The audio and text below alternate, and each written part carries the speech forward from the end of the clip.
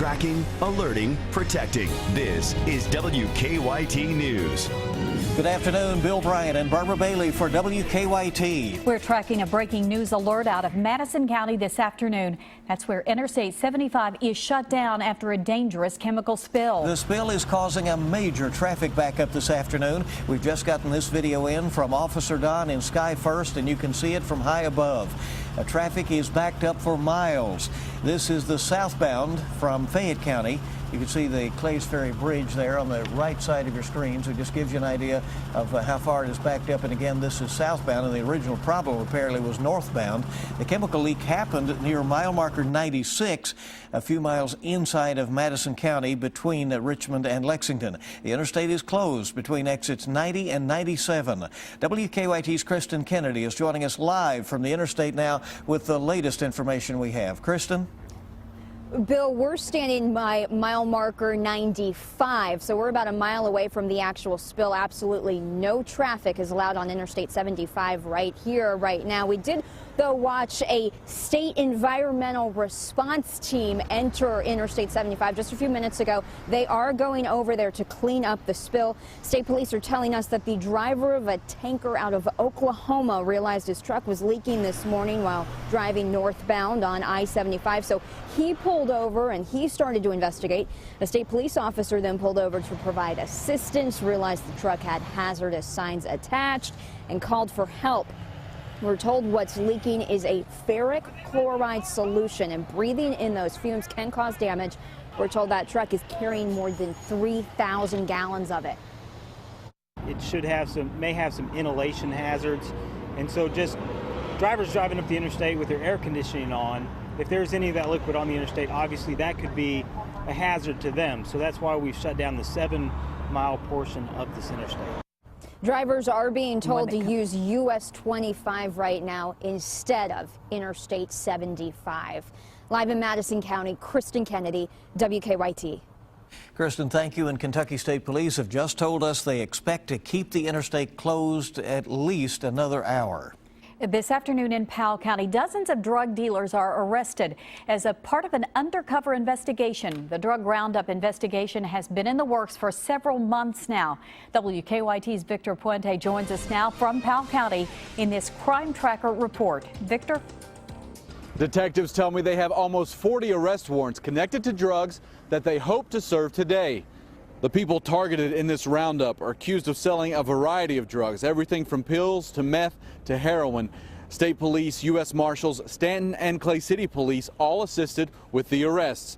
A few of those warrants were easy to serve for the Powell County Sheriff's Department task force since the people were already in jail.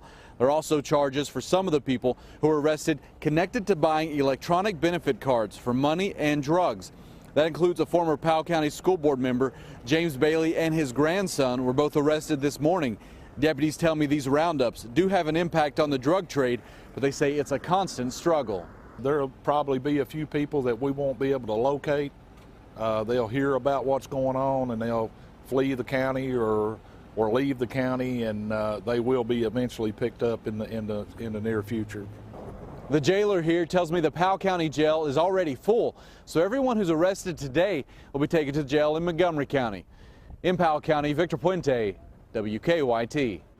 And all those arrested today are being arraigned during a special court session at 1 o'clock. We're tracking the latest out of Laurel County, where a woman claims someone tried to break into her apartment and take her children.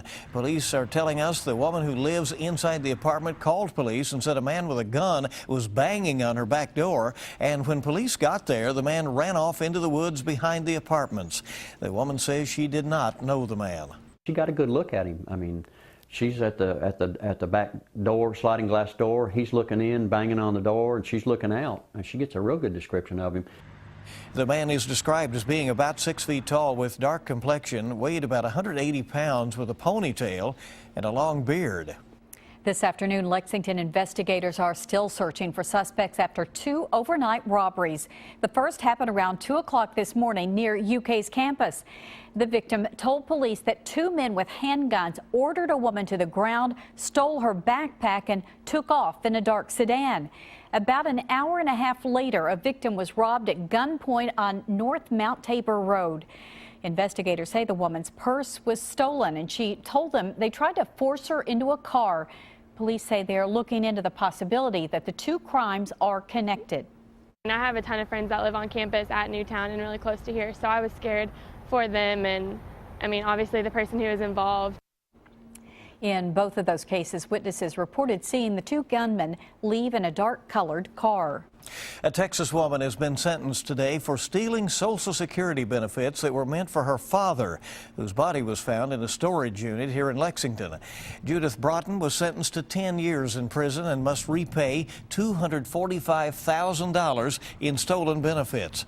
Prosecutors say Broughton leased a unit to conceal the death of her father. His remains were found in January. One of two people involved in an eastern Kentucky crash has died. It happened yesterday on Big Perry Road in Moorhead. State police say Dale DeHart lost control around a curve and crashed into a tree. His passenger, 50-year-old Marilyn Russell, was flown to UK hospital where she died. Well, it's now breeding season for white-tailed deer, and Kentucky officials are urging you to stay alert while driving.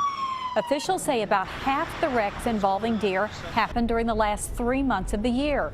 They also say deer are most active around dawn and dusk, and also a reminder to wear a seatbelt and pay attention to yellow highway signs identifying deer crossing hotspots. Police are investigating an overnight break-in at a central Kentucky store. The Franklin County Sheriff's Office says somebody threw a rock right through the glass door of the Saks Market on Demerson Lane off US 127 about 1:30 this morning. Several items were stolen. Police think two men were involved in the crime and that they may be driving a late 90s model white Ford pickup. And in Lexington, police are investigating a burglary at the new Alumni Hall store in the square. It happened around 8 this morning. When officers got there, the front doors of the store had been pried open. Police tell us the suspects opened 2 cash registers and took out all of the money. They tell us there's no surveillance to review and no one who witnessed the crime. Some Kentucky soldiers are leaving Senegal today on their way to Liberia to help in the fight against Ebola. The 101st Airborne deployed 1,800 troops to Liberia by the end of the month.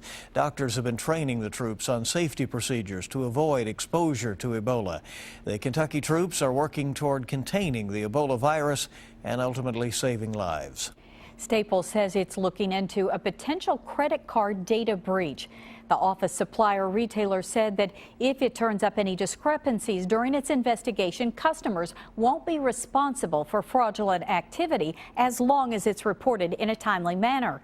Earlier this month, Sears reported a data breach at its Kmart stores. Other breaches have occurred at retailers including Target and Home Depot. According to the National Safety Council, more than 4,000 Kentucky teenagers will be injured or die in a car accident this year.